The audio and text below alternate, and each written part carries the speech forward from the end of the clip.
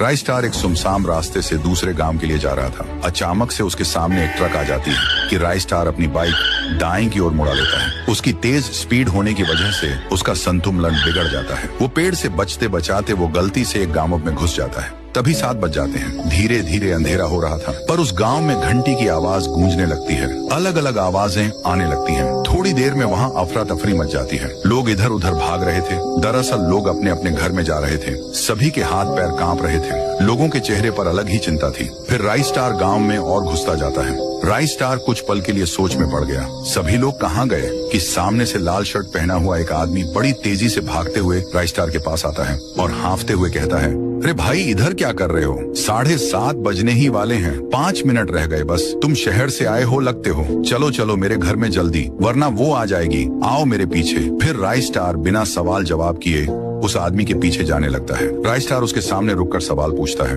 अरे भाई, ये यहाँ पर क्या हो रहा है? तुम मुझे 7:30 बजे से पहले अपने घर में क्यों लेकर आए? और ये अजीब सी घंटी की आवाज क्यों गूंज रही है? आदमी कहता है, अरे मैं पागलों जैसी बात नहीं कर रहा हूँ। इसका सच जानकर तुम्हारे रोंगटे खड़े हो जाएंगे। इस गांव में रोज 7:30 बजे एक चुड़ैल आती है जो कि लोगों को मार के उस पेड़ में लेकर जाती है। बात हो ही रही थी उसी सूखे पेड़ की जहाँ राइस स्टार ने अपनी बाइक रोकी थी। तभी अचानक से उस पेड़ में से वही चुड़ैल निकलती है जिसके बारे में वह आदमी बता रहा था। राइस स्टार उस चुड़ैल को देखकर दंग रह गया। बस फिर क्या था, वो चुड़ैल उन दोनों को देखकर उनके पास आने लगती है। वह उनके पास आके कहती है, राइस स्टार, ओ राइस स्टार, जरा बाहर तो आना। मैं तुम्हारी बहन जैसी हूँ ना, मुझसे डरो मत। आओ बाहर। 1 मिनट, तुम्हें मेरा नाम कैसे पता है? मैं तो तुमसे पहली बार ही मिला हूँ। अरे इसके मुंह मत लगो, इसको सारे लोगों के नाम पता है। ये खतरनाक भूतनी है। इतना कहते ही वो चुड़ैल वहाँ से तेजी से जाने लगी और वहीं पास के दूसरे पेड़ के पास जाकर रुक गई। फिर राइस स्टार सवाल पूछता है, मुझे एक बात बताओ, ये भूतनी लोगों को क्यों मारती है और ये पेड़ में आई कैसे? इस चुड़ैल में बहुत गुस्सा था। ये कब से होने लगा?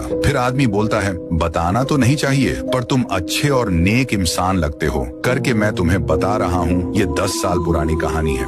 इस गांव में रहते थे गुड़िया और उसके पप्पा। उन्होंने गांव के सरपंच से पैसे लिए थे। बस इतना क्या था, सरपंच ने गुड़िया के पप्पा को उसी सूखे पेड़ पर उल्टा टांगा और गुड़िया के सामने बड़ी सी चाकू से पहले उसके पैर की चमड़ी उधेड़ दी। उसके बाद अंत में उसका सिर ही धड़ से अलग कर दिया। फिर उस क्रूर सरपंच ने गुड़िया को भी नहीं बख्शा। उसको कर्जदार की बेटी बोलकर गांव से धक्के मारा कर निकाल दिया गया और उसने भी ब्रिज से कूदकर अपनी जान ले ली। उसके बाद उसकी आत्मा उसमें से निकलकर उसी सूखे पेड़ में गई जहां पर उसके पप्पा को टांग कर मारा गया था। उसके बाद क्या था, वो एक लड़की के बदन में घुसकर वो अपनी साइकिल में बैठकर उस सरपंच को पूरे गांव में घसीटते हुए सूखे पेड़ में लेकर चली गई। उस पेड़ में सरपंच के हाथ, पैर, सिर, पेट सब उगाए थे।